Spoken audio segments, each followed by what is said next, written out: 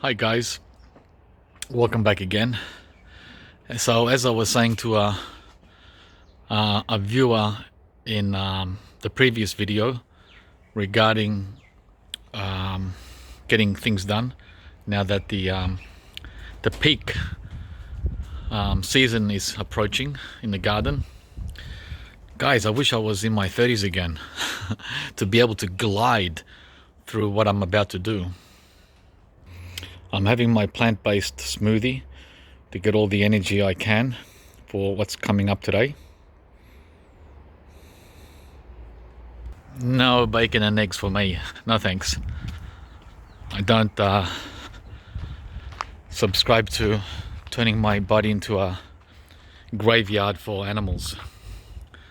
So this is the job. We've got these two guys that are ready to go. And as you might be able to tell, these are figs and they're waking up, and that means I got to get hop to it, right? They're just about ready to, oh, there's one there, there's a green one there, see that? Well, green underneath the skin. So, gonna be putting these in the ground today. So,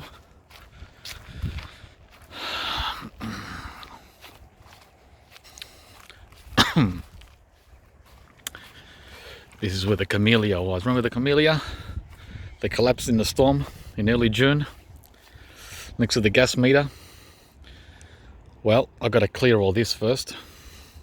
So lots of room here for trees. And whilst I'm here, if I have any energy left, I'm going to get rid of this tropical oleander. Beautiful ornamental. But one by one, guys, these ornamentals are just got to go. They take up too much room.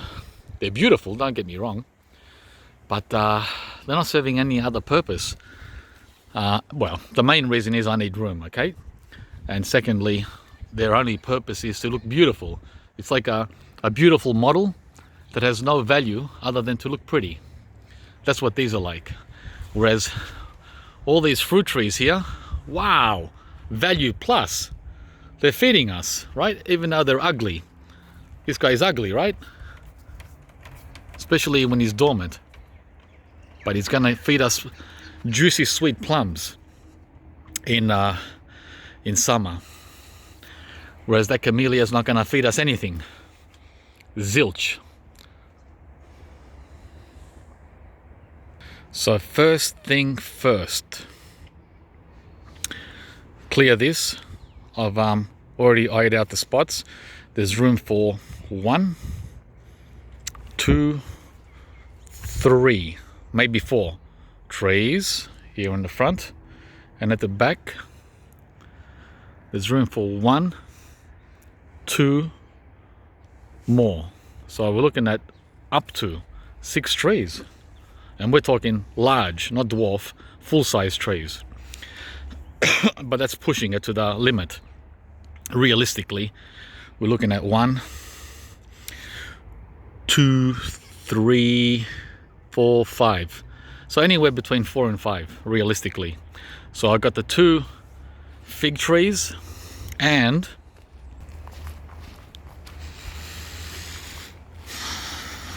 got some guavas back here. I've got 3 guava trees. Now I don't want to touch that one because it's fruiting. That means the fruit will fall off. The first ever fruit that I've had from the Mexican cream. I don't want to plant him because he's a sook. That's the most cold sensitive guava I have, the red Malaysian. And then there's the China pear. The China pear guava, which is currently transitioning from winter to spring. So he's in a funk right now, like a woman on her on her monthly period. Yeah, that's where he's at. So I don't want to touch him either. However, I trimmed the cherry guava this morning and the gurumi chama. I did both of them this morning, and there was a lot more waste than that. It's already gone into mulch land.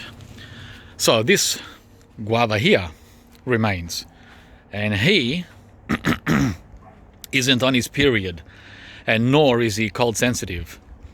He's the one. He's the one that's ready to go in the ground. Thank you very much. That's the purple guava, the most cold tolerant.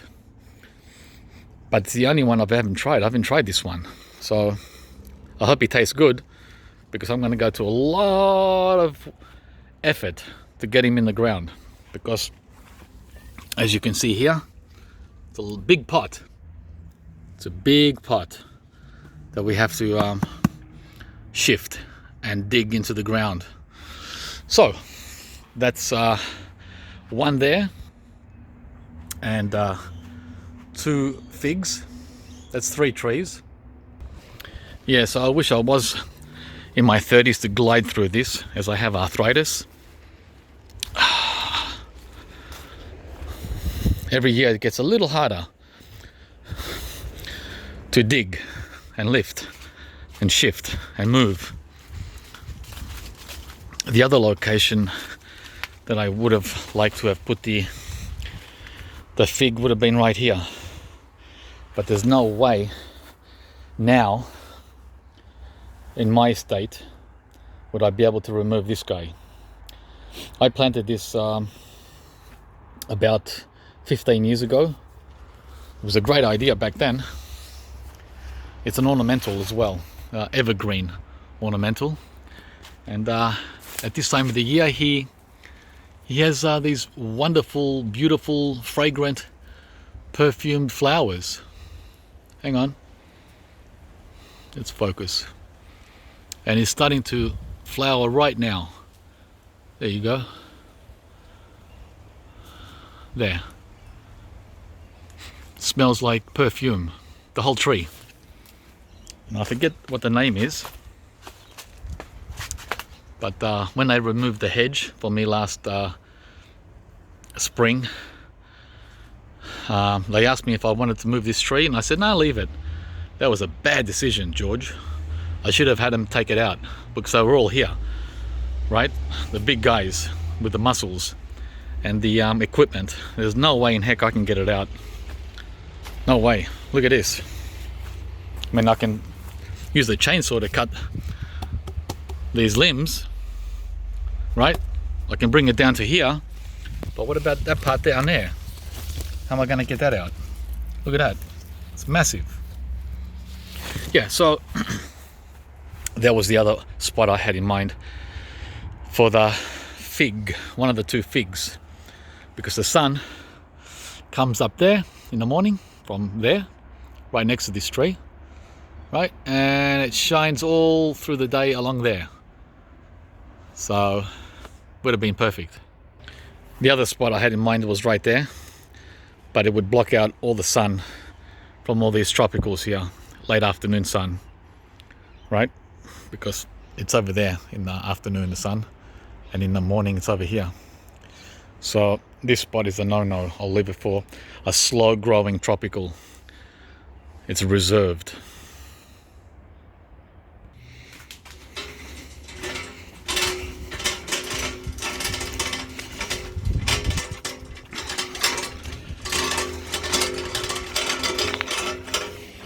Okay.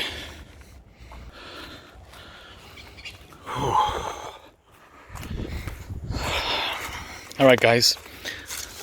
I'm gonna start with all this. All right.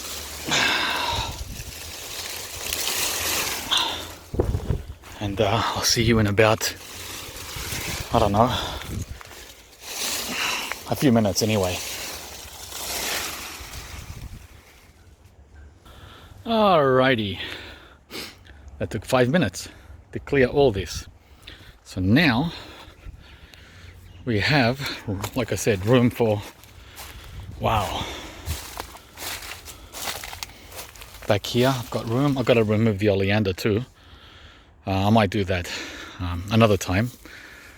Leave this for another day. But I've got room, if I get the oleander out, I've got room. One there where the oleander is, 2, 3, 4, 5 right here, and 6 up there near the meter. Right here, 6. Wow, amazing. That's so cool. All right, let's get started with 3 trees today. Right, so before I get started planting, guys, these are agapanthus, which are a pain, you know where, are extremely invasive. Eventually I want to pull them all out.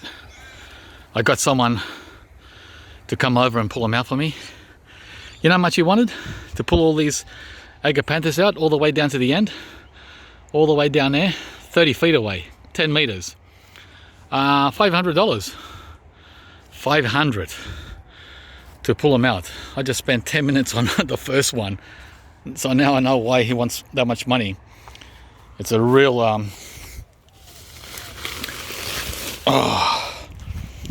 backbreaker, to say the least. I'll try to get out these ones and these ones for today, and then work my way down over spring into summer. Hopefully I'm done by December, which is the start of summer. So I got this monstrosity to deal with as well. If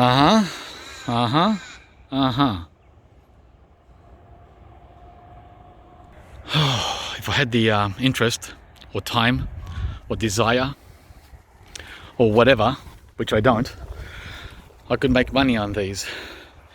These are about $20 to $40 each stem. So 40 there, 40 here, 40 back there. What am I throwing away today? 40 at the back, 1, 2, 3, 4. 4 stems. That's $160 just with one of these plants. So all you got to do is spend a weekend cutting these up into pieces, and as I promise you, around $300 just in this big ball here that I split in two. But it's not in me to do it, guys. It takes a certain kind of person. Okay, we have a full bin, which weighs at least, 100 kilos, easily 200 pounds. And I've only just pulled this section out. Oh gosh. Anyway, so I'll do that one next time. And then this one here, and then that one, and then I'll be up to the oleander. And that's when I'll take the oleander down too, once I get there. Alright guys, finally after how long? 14 minutes, let's start digging and planting.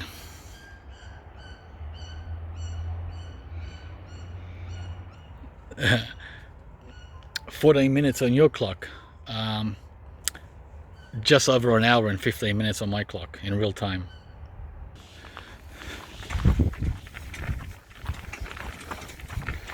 Yeah, we're doing the guava first.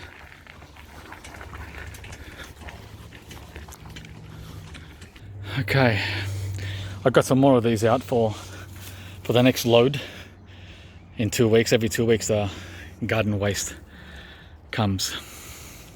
So I've dug the hole, and I've decided to put the guava there near the gas meter, which should be safe with a gas pipe there, I hope.